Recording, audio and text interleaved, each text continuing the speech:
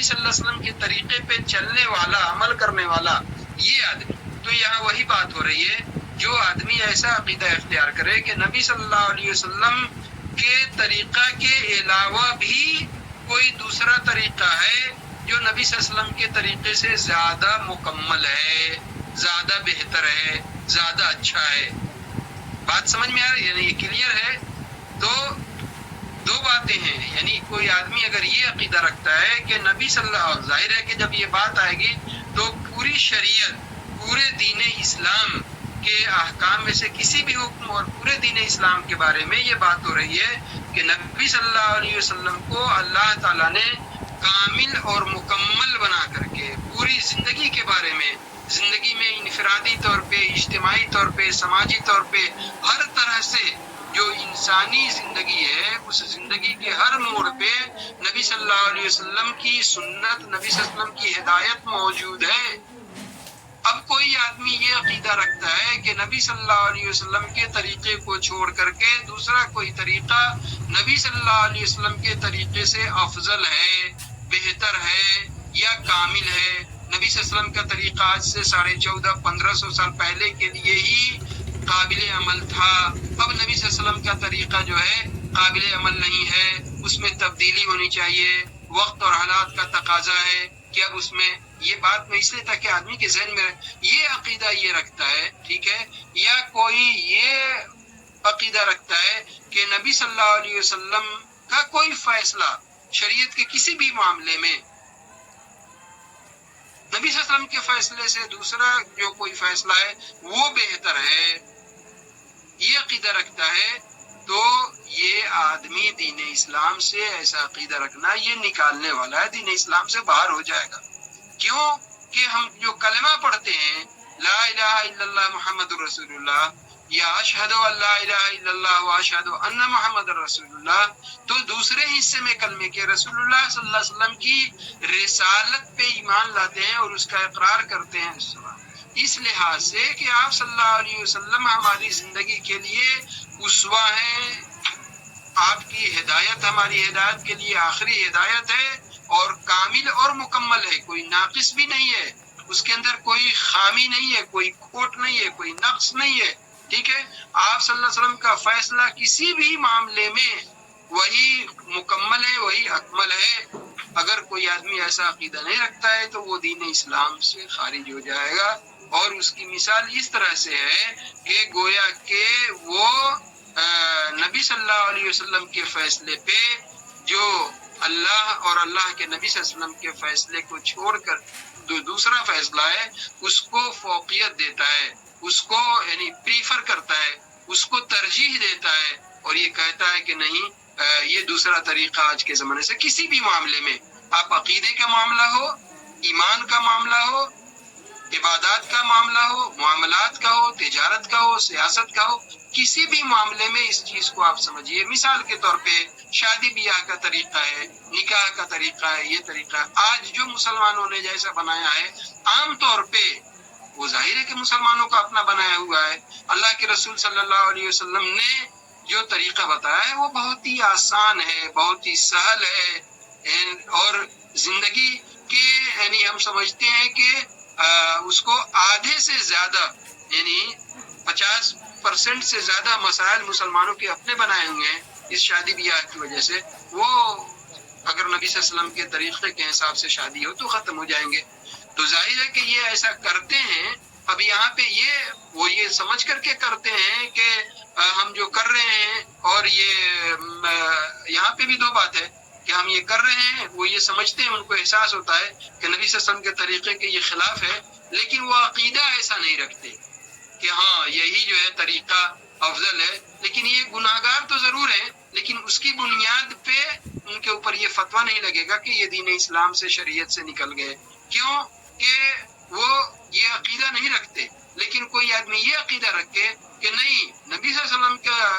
جو اس زمانے میں نکاح کا اور شادی بیاہ کا جو طریقہ ہے، وہ طریقہ جو ہے آج کے زمانے کے حساب سے فٹ نہیں ہے، یہ عقیدہ رکھتا ہے، تو کوئی بھی ہو پھر وہ دین اسلام سے نکل جائے گا. میں سمجھتا ہوں کہ یہ بات اس طرح سے کلیئر ہے.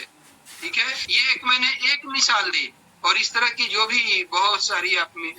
چیزیں ہیں، آپ اس کو سوچ سکتے. بات ہو رہی ہے کہ اس کے یعنی وہ اپنا ایسا بلیف بنا لے، ایسا وہ فیتھ بنا لے، ایسا عقیدہ بنا لے کہ نہیں یہ یہی ہے. تو یہ جو آدمی کے دین اسلام سے نکلنے کے لیے یہی کافی ہے کہ جو آدمی کوئی ایسا عقیدہ رکھتا ہے.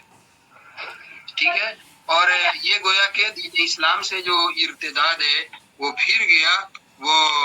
اسی قسم میں سے ایک یہ بھی ہے. اور اس میں بہت ساری چیزیں جو آئیں گی. میں نے ایک مثال کے طور پہ ایک دو چیزیں جو ہے بیان کر دی ہے. مثال کے طور پہ ابھی جو شریعت ہے، دین اسلام ہے، ہماری زندگی میں اسی کے حساب سے فیصلہ ہونا چاہیے. ٹھیک ہے. لیکن ابھی انسانوں کا اپنا بنایا ہوا جو ہے اس کے حساب سے سارا کچھ ہوتا ہے. لیکن اب اگر کوئی یہ عقیدہ رکھ لے کہ ہاں یہی ہے، یہی کافی ہے، یہی ہونا چاہیے، تو پھر حکم لگے گا. لیکن وہ آدمی یہ عقیدہ تو نہیں رکھتا ہے کہ نہیں یہی طریقہ جو ہے صحیح ہے، لیکن وہ کرتا ہے اس طرح سے. تو یہ جو ہے یہ چوتھا پوائنٹ ہے جس پہ ہم بات کر رہے تھے کہ نبی صلی اللہ علیہ وسلم کا طریقہ ہی ہمارے لیے طریقہ ہے تا قیامت، اور کسی دوسرے کو اس پہ اعتقادی لحاظ سے، عقیدے کے لحاظ سے ہم اس کو فوقیت نہیں دے سکتے، اس کو افضل نہیں قرار دے سکتے،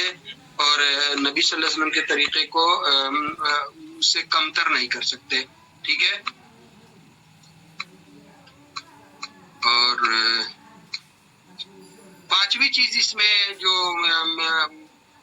آتی ہے، جو پانچویں چیز ہے کہ جو رسول اللہ صلی اللہ علیہ وسلم سے ہمیں کوئی حکم کوئی بھی کچھ بھی ملا ہے دین اسلام اور شریعت کے بارے میں، اور اس کو اگر کوئی آدمی مطلب اس کو ناپسند کرے اور اس سے کراہیت محسوس کرے، یا پھر اس سے بغض اور عداوت رکھے کہ اللہ کے رسول صلی اللہ علیہ وسلم کا یہ جو مطلب عمل ہے یا یہ جو حکم ہے، یہ جو ہمیں ملا ہے، یہ چیز ہمیں پسند نہیں ہے، یہ ہمیں مقبول نہیں ہے، یہ اچھا. تو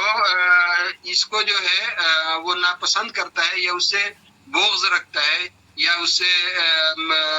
دشمنی رکھتا ہے، عداوت رکھتا ہے، تو یہ چیز بھی دین اسلام سے نکالنے والی ہے کہ رسول اللہ صلی اللہ علیہ وسلم کی شریعت تو یہ ہے. یعنی اور گرچہ یعنی اب مثال کے طور پہ اس کی ایک مثال، ساری تو چیزیں نہیں کر سکتے، لیکن کوئی اس کی مثال کے طور پہ داڑھی ہے. آج کے زمانے میں اگر کوئی آدمی داڑھی سے بغض رکھتا ہے، داڑھی کو ناپسند کرتا ہے، وہ کہتا ہے کہ نہیں یہ تو شریعت کا حصہ نہیں ہو سکتا، اللہ کے رسول صلی اللہ علیہ وسلم سے یہ چیز جو ہے ہمیں نہیں ملی ہے. مثال کے طور پہ حجاب ہے،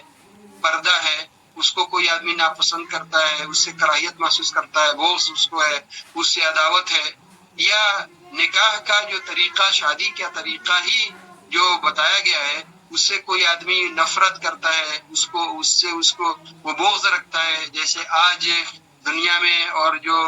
کلچر نئے جو آ رہے ہیں وہ شادی کے، تو اس میں سے اس کو وہ فوقیت دیتا ہے. تو یہ چیز بھی دین اسلام سے اس کی بنیاد پہ جو ہے آدمی دین اسلام سے نکل جائے گا. ٹھیک ہے. اور یہ دین اسلام کے منافی چیزوں میں سے ہے، اور یہ مطلب کفر اور اس کے ارتداد کے راستے پہ آدمی کو ڈال لیتا ہے، کیونکہ اللہ تعالیٰ نے یہ فرمایا ہے ذالک بانہم کرہوا ما انزل اللہ فاحبط اعمالہم. یعنی یہ سورہ محمد ہے، اس کی ایک آیت ہے استدلال کے طور پہ، کہ اس لیے کہ ان لوگوں نے اس چیز کو ناپسند کیا جو اللہ تعالیٰ نے اتارا، اور اللہ تعالیٰ نے اپنے یعنی رسول اللہ صلی اللہ علیہ وسلم کو دیا. فاحبط اعمالہم، اللہ تعالیٰ نے ان کے اعمال کو اللہ تعالیٰ نے یعنی اکارت کر دیا، برباد کر دیا. ظاہر ہے اس سے پہلے گرچہ ان کا عمل جو بھی ہو اور اس عقیدے رکھنے کی بنیاد پہ وہ دین اسلام سے نکل گئے، اور یہ کراہیت یعنی بغضی کے معنی میں کہ نہیں ہمیں مثال کے طور پہ یہ داڑھی، یہ پردہ یا یہ نکاح کا یہ طریقہ نہیں، ہمیں جو فری ابھی کلچر ہے وہ چاہیے، تو یہ سب ارتداد اور کفر کی بات ہے، اور آدمی اسے دین اسلام پہ سے نکل جائے گا۔ یہ کیوں؟ ذالک بانہم کرہوا ما انزل اللہ، ان لوگوں نے اس چیز کو ناپسند کیا جو اللہ تعالیٰ نے اتارا، فاحبط اعمالہم، اللہ تعالیٰ نے ان کے اعمال کو برباد کر دیا، ختم کر دیا۔ تو یہ پانچویں چیز ہے جس سے آدمی دین اسلام سے نکل جاتا ہے، اس کو مختصر طور پہ اسے ختم کرنا ہے۔ چھٹی چیز ہے کہ دین اسلام اور اللہ کے رسول صلی اللہ علیہ وسلم کے لائے ہوئے احکام میں سے کسی بھی حکم یا شریعت کے کسی بھی حصے یا اللہ تعالیٰ نے جس چیز پہ ثواب دیا ہے، ثواب کا وعدہ کیا ہے، یا کوئی ایسا کام ہے جس پہ اللہ تعالیٰ نے یعنی سزا اور وعید کی بات کی ہے، تو اگر اس چیز کا کوئی مذاق اڑاتا ہے، یعنی وہ تو ہے کہ وہ بغض رکھتا ہے اور کراہیت محسوس کرتا ہے، کراہیت کا اعلان کرتا ہے، اور یہاں پہ یہ ہے کہ اس کا مذاق اڑانا ہے، کوئی بھی شریعت کے حصے میں اللہ کے نبی صلی اللہ علیہ وسلم کے لائے ہوئے دین کے میں سے کسی بھی چیز کا اگر کوئی آدمی مذاق اڑاتا ہے، اور یا جس اس پہ ثواب رکھا گیا ہے اس کا مذاق اڑاتا ہے، یا جو سزا رکھی گئی ہے اس کا مذاق اڑاتا ہے، تو گویا کہ وہ دین اسلام سے وہ نکل جائے گا۔ اور جو بھی اللہ تعالیٰ نے حکم دیا ہے یا جو شریعت دی ہے اللہ کے رسول صلی اللہ علیہ وسلم کو، اللہ کے ان کے ذریعے، اور چاہے جو بھی چھوٹی سے بڑی جو بھی چیز ہے، لیکن اس کا تعلق جو ہے وہ شریعت سے ہے، اور اس پہ تو پھر اس پہ یہ حکم لگے گا۔ اللہ تعالیٰ نے فرمایا وَلَئِن سَأَلْتَهُمْ لَيَقُولُونَ إِنَّمَا كُنَّا نَخُوضُ وَنَلْعَبُ، یعنی یہ کافروں اور مشرکوں کے بارے میں، کافروں اور مشرکوں کے بارے میں ہے، تو کافروں اور مشرکوں کے بارے میں اللہ تعالیٰ نے یہ ایک کردار بتایا ہے، لیکن اگر کوئی آدمی مسلمان ہوتے ہوئے بھی اس کے اندر وہی کردار آئے، وہی کیریکٹر آئے، وہی اس کے اندر بات آئے جو کافروں اور مشرکوں کے اندر ہے، ان کے بارے میں کہا کہ ان سے اگر پوچھو، سوال کرو، تو وہ لوگ بولیں گے کہ تم ایسا کیوں کرتے تھے، یعنی جو تم مذاق اڑانا، تو وہ بولیں گے کہ ہم لوگ جو ہے کیا کر رہے تھے، وہ لہو لعب کر رہے تھے، کھیل رہے تھے، اور تو اللہ تعالیٰ کہ قل باللہ وآیاتہ ورسولہ، آپ ان سے کہیے کیا اللہ تعالیٰ کا، اللہ تعالیٰ کی نشانیوں کا، اللہ کے رسول صلی اللہ علیہ وسلم کا تم لوگ استہزاء کر رہے تھے، ورسولہ کنتم تستہزئون، یعنی مذاق اڑا رہے تھے، لا تعتذروا، اب تم جو ہے کوئی عذر نہ پیش کرو، تمہارا عذر جو ہے نہیں قبول کیا جائے گا، قد کفرتم بعد ایمانکم، تمہارا ایمان تھا لیکن تمہارے اس عمل کی وجہ سے تم جو ہے دین اسلام سے نکل گئے۔ اب اس کو کوئی بھی مثال لے لیں آپ شریعت کی، مثال کے طور پہ داڑھی رکھنا ہے، یا داڑھی مونچھ کے بارے میں، یا آدمی کے جو بھی زندگی کے بارے میں جو بھی چیزیں بتائی گئی ہیں، مثال کے طور پہ ایک عقیقہ، یعنی جو بھی مثال ایسے آ رہی ہے، مثال ایک عقیقہ ہی ہے، بچہ پیدا ہو، کسی کو بچہ ہو، بچی ہو، شریعت میں اس کا ایک طریقہ بتایا گیا ہے کہ ایسا کرے، اگر ظاہر ہے اس کو جب استطاعت ہوگی تبھی اسے کرنا ہے، اگر استطاعت نہیں ہو کسی بھی ہر لحاظ سے تو وہ کیسے کرے گا، نہیں کرے گا۔ لیکن اگر کوئی آدمی یہ سوچے کہ نہیں یہ تو کیا ہے، اب اس کے لیے ہے ہمیں کیک کاٹ لینا ہے اور فیشن پہ برتھ ڈے بنا لینا ہے اور ہر سال کرتے رہنا ہے، ایک ہے کہ اس کو کرنا اور اس کے لیے وہ گنہگار ہوگا، لیکن دوسری بات یہ ہے کہ اس عقیقہ کا ایک جو متبادل ہے، سبسٹیٹیوٹ ہے، وہی بنا لے کہ نہیں ہمارے لیے بہتر ہے، قربانی کرنا ہے، ظاہر ہے کہ قربانی ہے اور شریعت میں اس کا حکم موجود ہے، کوئی بولے کہ نہیں ہم یہ جو ہے نہیں ہے، اب لوگوں میں محتاجی نہیں ہے اور یہ مال کی بربادی ہے تو یہ ہم نہیں کریں گے، اور اس کی جگہ پہ یہ پیسہ یہ ہم یا تو کسی یعنی پبلک میں یا رفاہی کام میں خرچ کر دیں گے، یا پھر یہ سرے سے ہم قربانی ہی نہیں کریں اس لیے کہ یہ مال کی بربادی ہے، تو یہ ظاہر ہے کہ اس کے اندر کئی چیزیں ایک وقت میں آ گئی اور اس چیز کی وجہ سے آدمی دین اسلام سے نکل جائے گا۔ اس سلسلے کی اور جو آگے چیز ہے 6 پوائنٹ تک ہم پہنچ گئے، جو وہ ہے 7ویں چیز، یعنی جو خلاف ہے دین اسلام کے، اس میں سے 7ویں چیز جو ہے وہ جادو ہے۔ جادو سیکھنا یا جادوگر کے پاس جانا یا جادوگر کے عمل کو پسند کرنا، یا کوئی ایسا موقع آئے تو آدمی اس سے اپنی ضرورت پوری کرنے کے لیے اس کے پاس جائے، تو یہ سب بھی دین اسلام کے، اس لیے کہ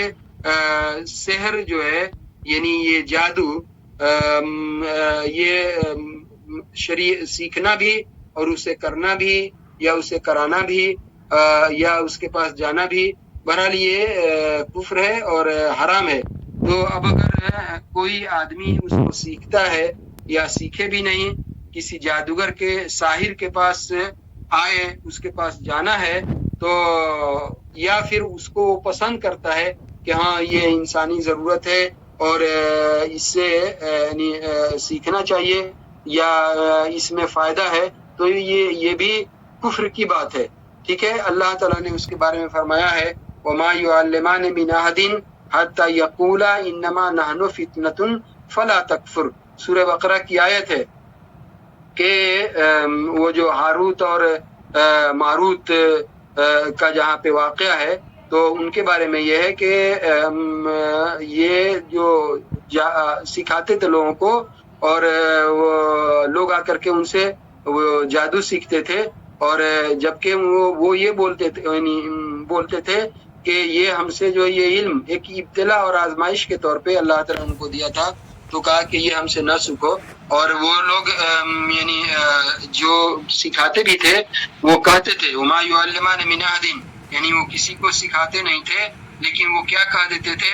انما نحن فتنہ، اب یہ جو ہمیں دیا گیا ہے ہمیں ایک آزمائش کے طور پہ، فلا تکفر، تم جو ہے کفر میں نہ پڑو، یعنی وہ یہ سیکھنا۔ لیکن لوگ کیا کرتے تھے یتعلمون منهما ما يفرقون به بین المرء وزوجه، یعنی وہ وہی سیکھتے تھے جس سے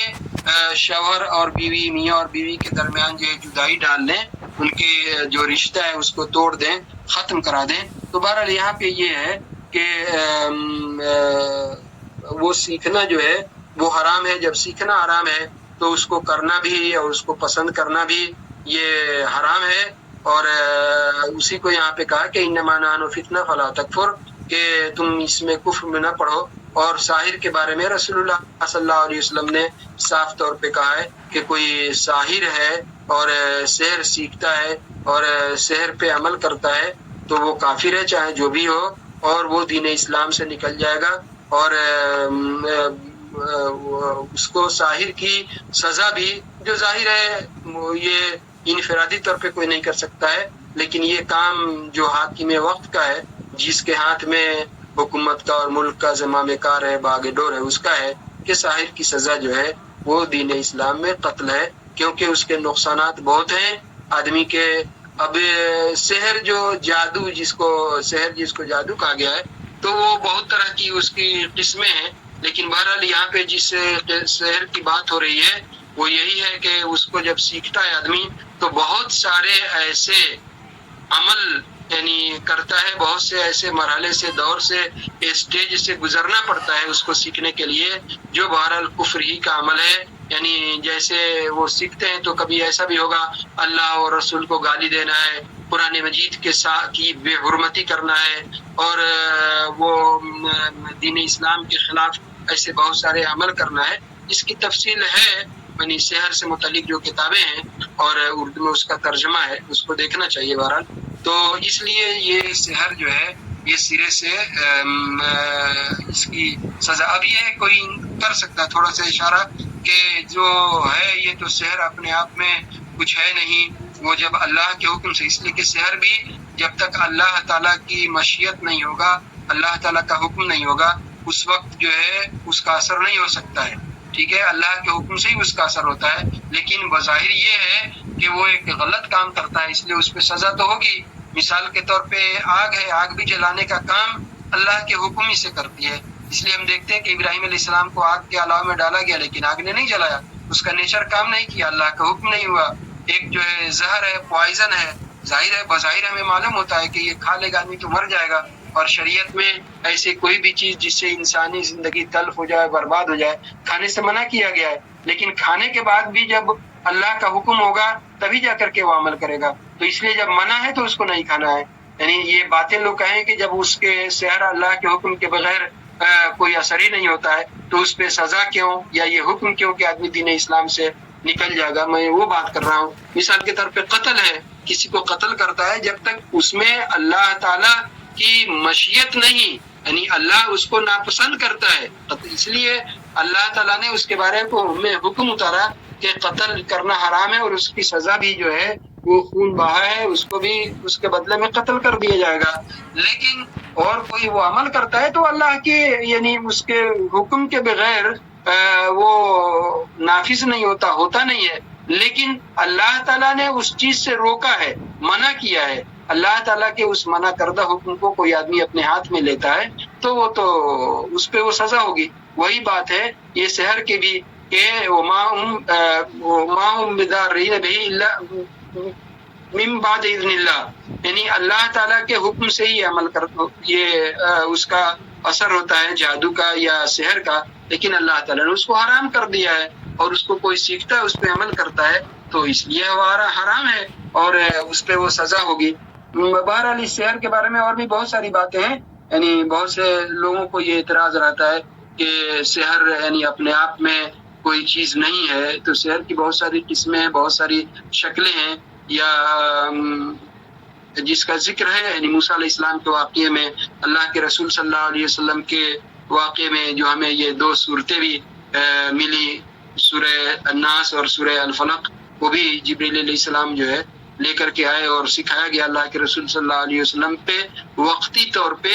وہ سحر کا اثر ہوا تھا لیکن اس کا دین اسلام پہ کوئی اثر نہیں پڑا. تو بہرحال یہاں پہ مجھے یہ بتانا ہے کہ یہ جو سحر کی سزا ہے وہ قتل ہے جو حکومت کے اختیار میں ہے، اور